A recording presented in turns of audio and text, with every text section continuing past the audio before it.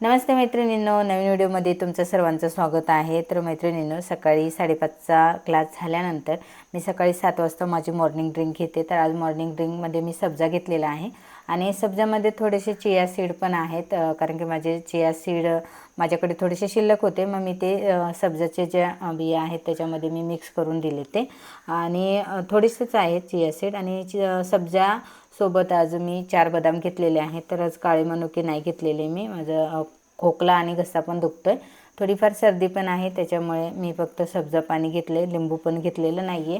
तर सब्जा जे आहे मी ते अधूनमधून घेत असते। मी कधीतरी धने पाणी पण घेते, कधीतरी सब्जा पाणी घेते, कधीतरी तूप पाणी घेते, असं वेगवेगळ्या ड्रिंक मी घेते। तर आज नाश्त्यामध्ये मी घेतलेलं आहे उकडलेले कडधान्य। हे जे सर्व कडधान्य आहे ते मी एका बरणीमध्ये मिक्स करून ठेवलेले आहेत आणि रात्री मी ते भिजत ठेवले होते, फक्त यांना मोड आणलेलं नाही आहे, मला तेवढा वेळ पण नव्हता आणि सकाळी नाश्त्यासाठी दुसरं काही नव्हतं म्हणून पटकन मी भिजवलेले जे कडधान्य आहे ते कुकरला एक शिट्टी करून घेतले। तर याच्यामध्ये मी मीठ टाकलेलं नाही आणि सर्वच कडधान्य आहे, त्याच्यात चवळी आहे, वाटाणा आहे, हिरवे मूग आहे, मटकी आहे, असे सर्व मी एकत्र करून ठेवलेले आहे। तुम्ही वेगवेगळे पण घेऊ शकता आणि मी इथे बिन मिठाचे घेतलेले आहेत। तुम्ही मीठ वगैरे टाका, त्याच्यानंतर सॅलड वगैरे पण घेऊ शकता, पण मीठ कमी करा आणि काकडी, टोमॅटो, गाजर वगैरे टाकून घेऊ शकता। मला जरा सर्दी खोकल्याचा त्रास आहे आता सध्या वातावरणामुळे, म्हणून मी सध्या स्किप केलेला आहे। तर तुम्ही तसं पण घेऊ शकता नाश्त्यामध्ये। नाश्ता झाल्यानंतर मी स्वयंपाक बनवता माझ्याकडच्या ज्या सीड्स मी ठेवल्या होत्या भाजून, त्या संपलेल्या होत्या, म्हणून त्या भाजून ठेवत आहे। परत 10:15 वाजता क्लास असतो, मग मला नंतर पण परत व्हिडिओ एडिटिंग वगैरे चालू असतं, घरातील कामं, वेळ मिळत नाही। मग स्वयंपाक बनवता ह्या बिया ज्या आहेत त्या पण मी भाजत होते।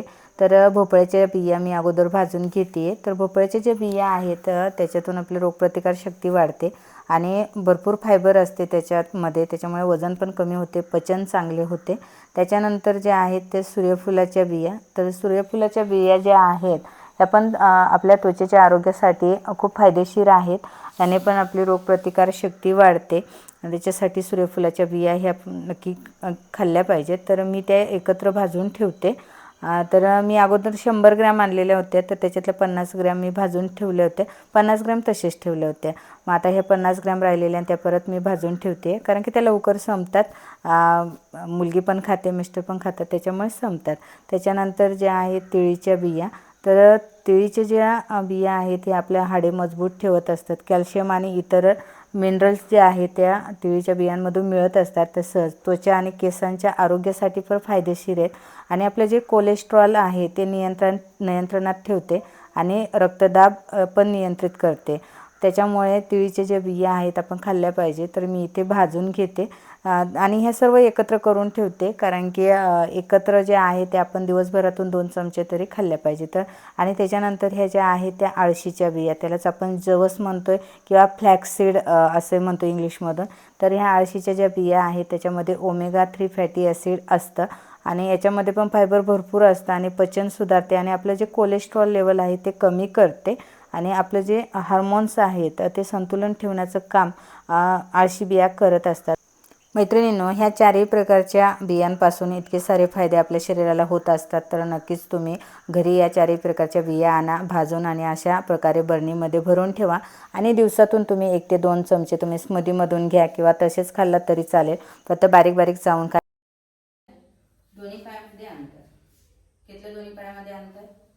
हां, नवीन मेंबर जे आहेत त्यांनी खाली वाकताना हळूवार वाकायचे, पोटामध्ये क्रॅम्प येतो किंवा चमक येते, ठीक आहे, गोळा येतो असं पण म्हणतोय आपण सोप्या भाषेत, त्याच्यामुळे सावकाश खाली वाकायचं आहे। दोन्ही हात वरती, दोन्ही हात वरती, श्वास घ्यायचा, श्वास थोडा सावकाश, दोन्ही हात जमिनीला टच करा, नसतील टच होत वरती ठेवले तरी चालेल।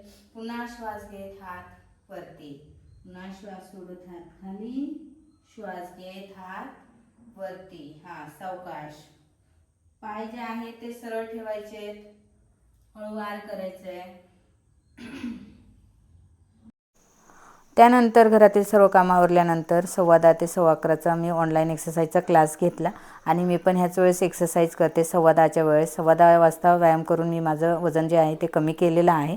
जर समजा तुम्हाला तुमचं वजन घरच्या घरी कमी खर्चामध्ये घरगुती आहार घेऊन कमी करायचा असेल तर नक्कीच तुम्ही ऑनलाईन क्लास जॉईन करू शकता। आपल्या 3 बॅचेस सध्या सुरू आहेत। सकाळी 5:30ची एक बॅच आहे, सकाळी 10:15ची एक बॅच आहे आणि संध्याकाळी 4:30ची पण एक बॅच आहे आणि संध्याकाळची 6:30ची पण एक बॅच आहे। पण सध्या ती माझी तब्येत बरी नसल्यामुळे बंद आहे, पण ती पण आपण लवकरच सुरू करणार आहोत। तर नक्कीच तुम्हाला तुमचं वजन कमी करायचं असेल तर तुम्ही ऑनलाईन क्लास जॉईन करू शकता। व्हॉट्सअप नंबर माझा दिलेला आहे आणि मी सर्टिफाईड योगा टीचर पण आहे आणि डाएट आणि न्यूट्रिशनचा कोर्स पण पूर्ण केलेला आहे।